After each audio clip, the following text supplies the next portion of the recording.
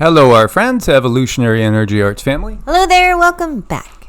Welcome back, guys. So we got a whole bunch of things in mind for videos that will be unleashing on the other unsuspecting public with, just fascinating things. There is so much that's hidden. I think, again, what we know is not even a sliver of what is hidden, but there are a lot of clues, and there are a lot of fascinating myths and legends that are based on truth in some way, shape, or form, but it's navigating through and looking for patterns. Indeed it is. So I want to thank everybody for your support over on Patreon. Thank you very much. And what we wanted to talk about in this video was something that hit Cindy, and what hit her was unusual, and it doesn't even really go along so much with the story that surrounds these hills. These hills are in the Philippines, and they are called the Chocolate Hills, as the grass that grows on them in season turns a chocolatey color. And this is really another one of those fascinating stories. Every time we find a place that's unusual, it seems like when you delve into, what's the myths and legends with this place? Well, it seems there's always either giants, or there's aliens, or there's inner earth, or something unusual associated with it. In this case, these hills, they say, were formed by giants that were slinging mud at each other. Okay. I told Cindy, I said, what do you feel about these? Because they feel unusual. And science, Wikipedia, etc., will say that the chocolate hills or cone-shaped hills are actually made of grass-covered limestone.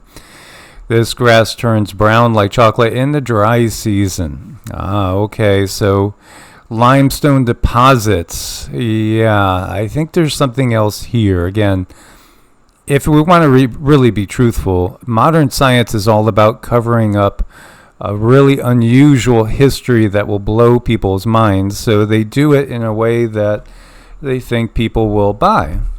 Well, now that we have science giving us an explanation, we need not fill in with our energy tentacles. We don't have to worry about it. We can just go about our day.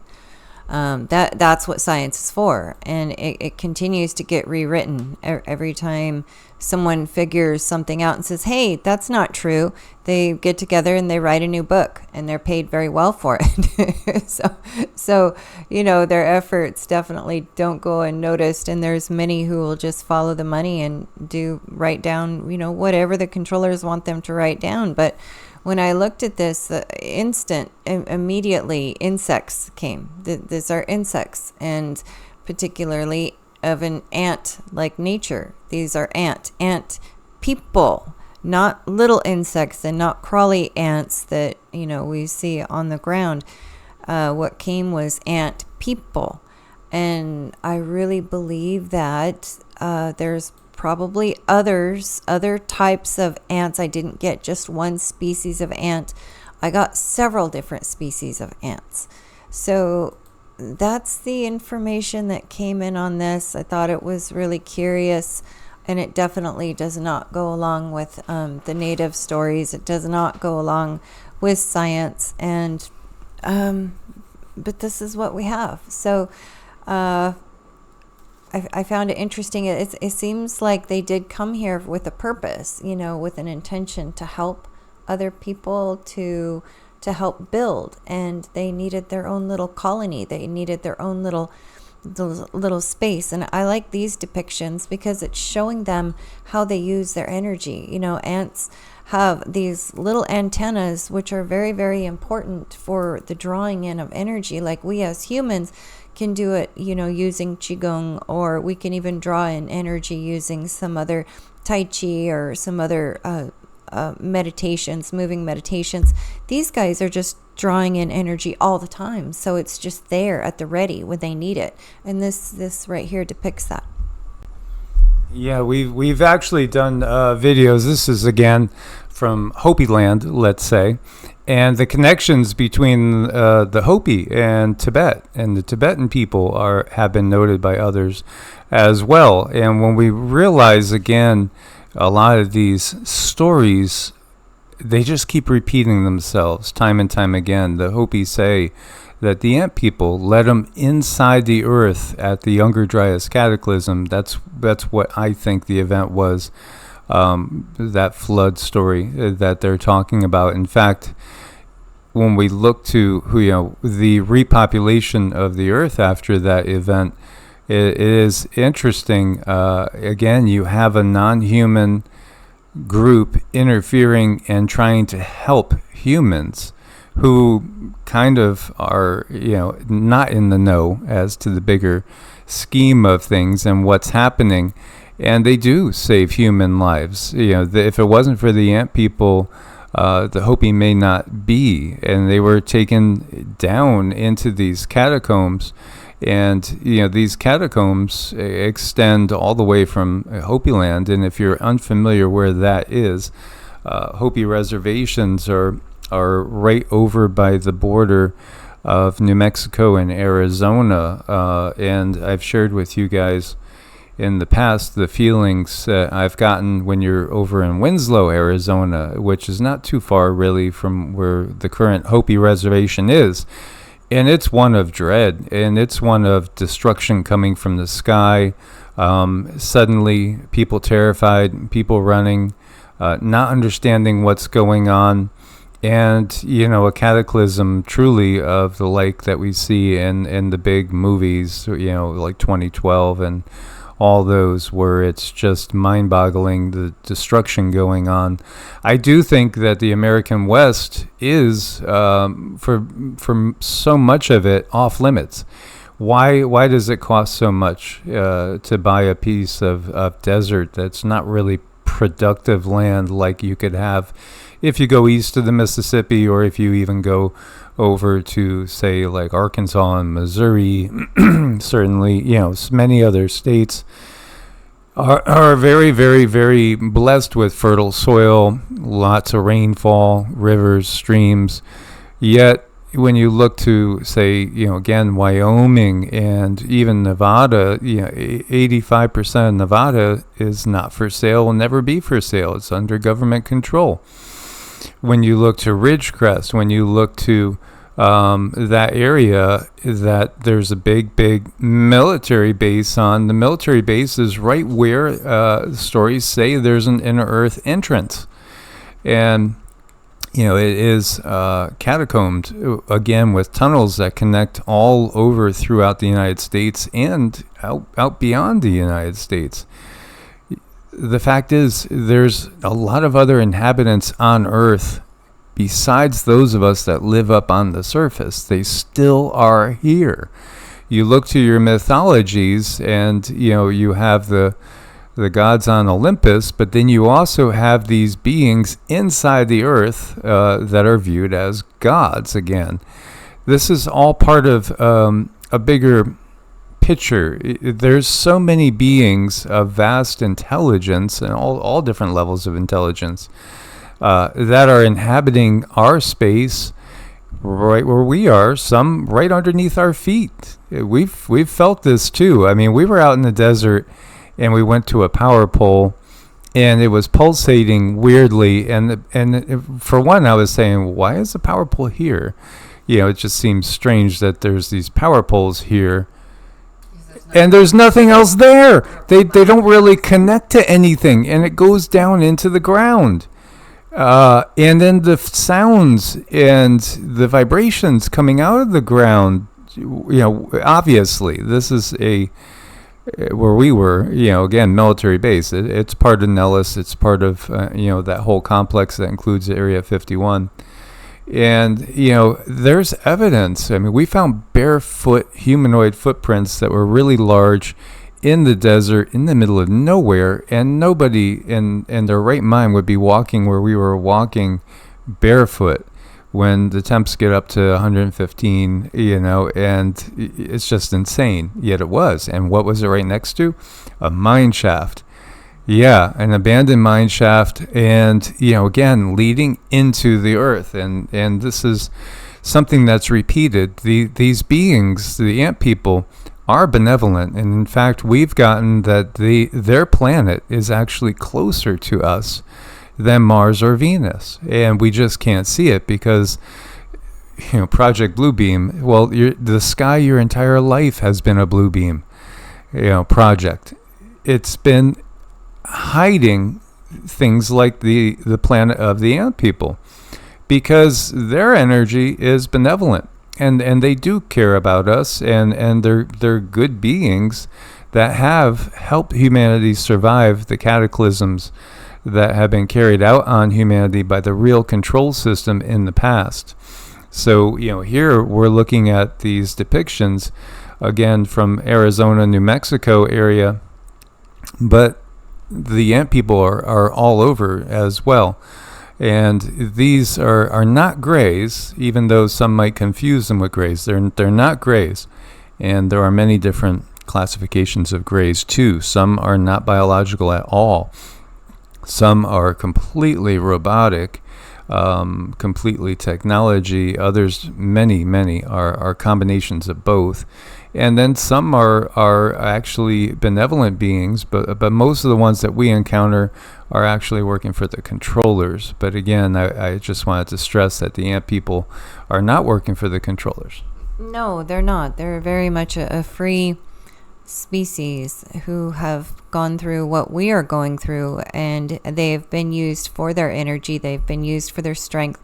They've been used for their ability to create and sculpt. And not in a good way. They weren't always free agents, and I think that's what we have. What they see in us is themselves going through their own climbing up and out of the control system, so that they know that we can do it, and they're here to support us in ways when they're allowed to come out in certain cycles. They can come out and show themselves in live form, or they can come out during cataclysm and show themselves in live form. And there's some that have gone back to their own planet, but there's also many that have stayed here, and they do have their own little homes underground, and they're very good architects, very good. So, these are beings that will appear physical. They are physical beings. And we did have some contact with them telepathically, especially when we were in New Mexico, because we were kind of right over them. When we were staying in New Mexico, we found a place in between Grants and Gallup that we stayed there for the better part of a year, and it was very, very quiet and peaceful. Definitely some of the best meditations and yoga and Qigong that I've had in that area. And the encounters with the beings, I think also it's just because the technology there wasn't a lot of signal, and it just made things so much easier to connect. Mm-hmm. It did. When you have that deadening of all of the other EMFs, you can pick up other signals, and you can read them. So that was a really fascinating place, because we were able to really just shut everything off, like we were in a power outage, and then there would be nothing pulsating through the walls, and all you could do is really experience the earth in a grounded position, and listen and hear and see and go in and out of the other dimensions. I still have to be in a place where I'm focused, and there has to be a little less interference, and I have to quiet the area quite a bit so that I can get the information. But New Mexico made it easy. Yeah, New Mexico was definitely easier to channel than where we are now, even though we're pretty out in the boonies compared to most people. So the sky god of Babylon, we know Anu, right? The Hopi word for ant is also Anu, and isn't that curious? And the Hopi root word was Naki, which means friends. So again, Anu-Naki is something that would make sense in Hopi, and it just means ant friends or friends of ants. Isn't that curious? Well, the reality is, and this is part of it, when we go to that root term of Anu-Naki from the Sumerian Babylonian tradition, it is very, very expansive. There's many different beings involved, not just the ones of the Draconian system. So in a sense, we need to be more specific when we talk about it. Anunnaki's just all those that came from elsewhere to here. So what we're talking about is the Draconian system. I like to use the Sanskrit term, the Asuras, because then we're talking about those that are in service to themselves, and that's exactly the mindset that the leadership of the planet, the real controllers, have. Is it's all about themselves. They really don't care about others. They're completely self-centered in that they will destroy anything just to elevate themselves. Very, very much the antithesis, really, of the ant people, because the ant people, if you look to ants, you see that they work together. In the way they work together, they have a bigger understanding of the necessity of working as a single unit for the greater good. Now, you get sold that bill of goods in our political system with things like the term communism. Somebody said, everybody shares and shares alike. Well, no, not on any of the draconian systems. They'll take something like communism, and of course you always have the elite class still that is at the top and lives life of luxury, and you still have everybody else way below them. No, a totally different mindset is what we're talking about, which you can see in Harappa, in Mohenjo-Daro, and some of these other civilizations and cities that have been completely eradicated from the world, and all evidence of them has been, as much evidence as they can, has been destroyed. These resets happen continually because the battle is not over. And this is part of the realization. And as I've shared, in my opinion, what would I say is the Bronze Age all about? It's realizing that we're in the middle of a gigantic intergalactic, interdimensional war. And in the Kali Yuga, we had no clue that this war was underway. We had no clue that we're actually behind enemy lines. And we're actually living on turf that is controlled by the enemy. So everything that's been given to us is upside down, inside out. And this is part of the realization that happens now. When we are out of the dark age, the light begins to be exposed on the darkness that has been controlling us. That spiral coming and emanating again from the hand chakra. This is so exactly energy healing and energy work. It's what we do. And, it comes in stages to people as you practice. And so for Cindy and I, we don't even have to really focus, and we feel energy in any chakra. Just by just a tiny bit of attention, you notice it. And Cindy was also talking about the fact that they can be, and they do, draw energy, life force into themselves consciously all the time. I did a video a long time ago, talked about the practice of the immortals, because it's taught to us in Taoism that when you learn to pore breathe, there's a technique called pore breathing.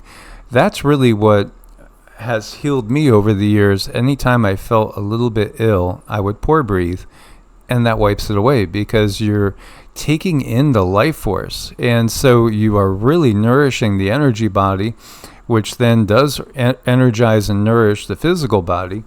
I think the understanding of Qi is the very most important thing, first and foremost, even more than, honestly, even more than herbs and other supplements. I think it's understanding that when there's no life force, there's no life. So when somebody dies, per se, the life force withdraws itself from the physical shell, and it's just a lifeless husk.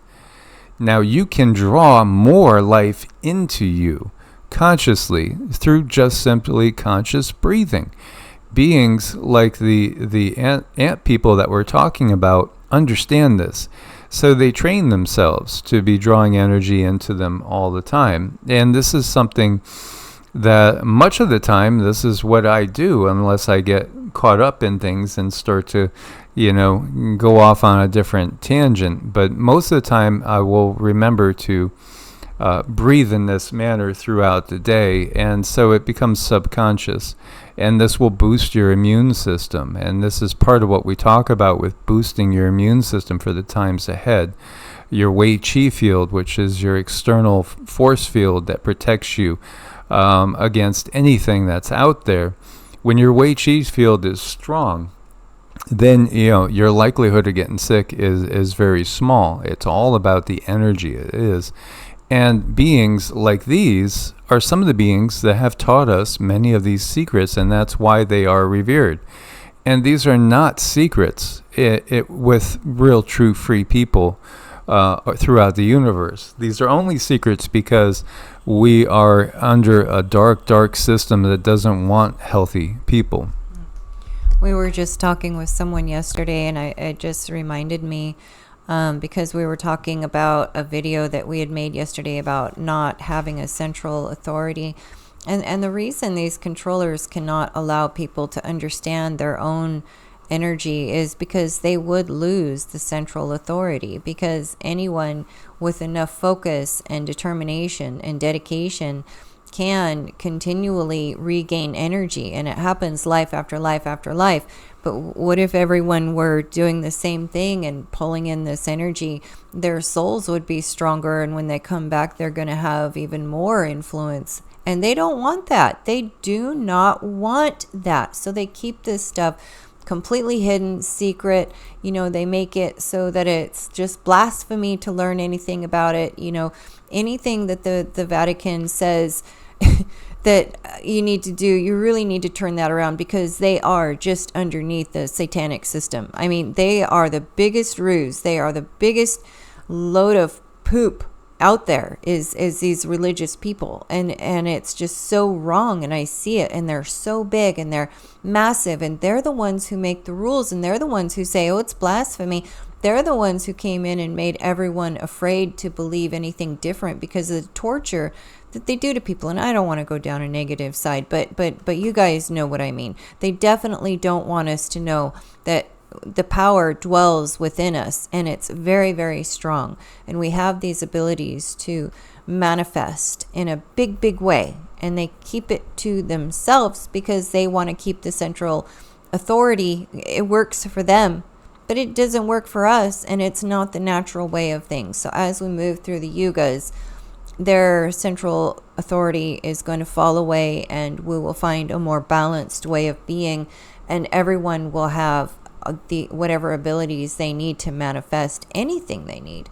So it's just a matter of time. It's a matter of disclosing the information, getting the information out there, letting people stand in their own power, and figure this out for themselves, because there's nothing quite like understanding how much power you possess. And when you understand your power, then you don't just say any old thing.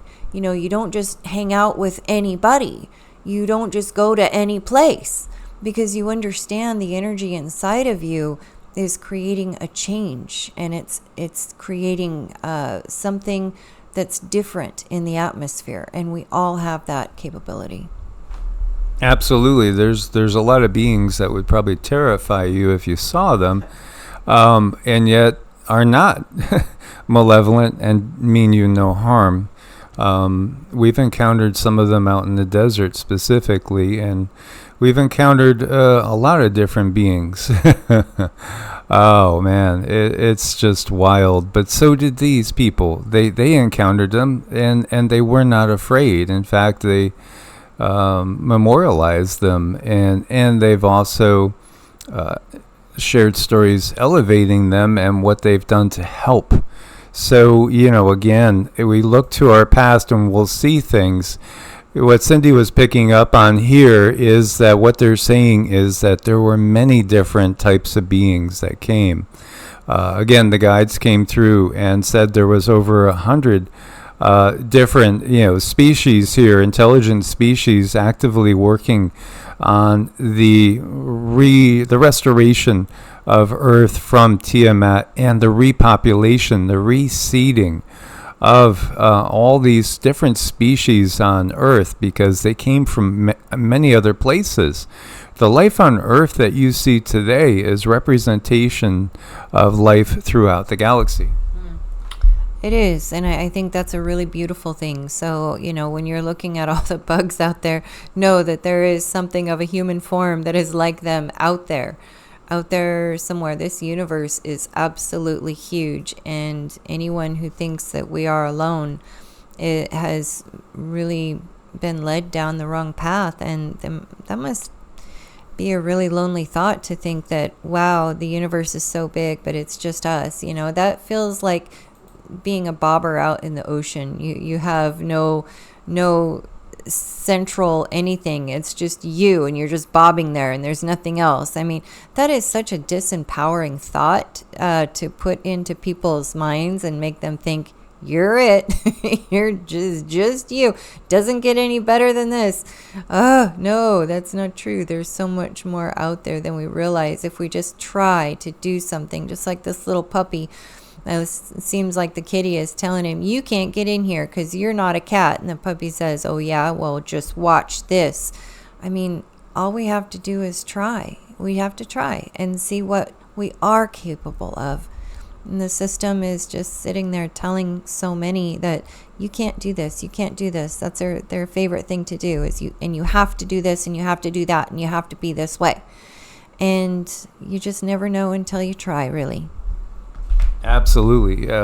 Human potential is something that has been completely downplayed in this world, and it's much higher than what most people can conceive.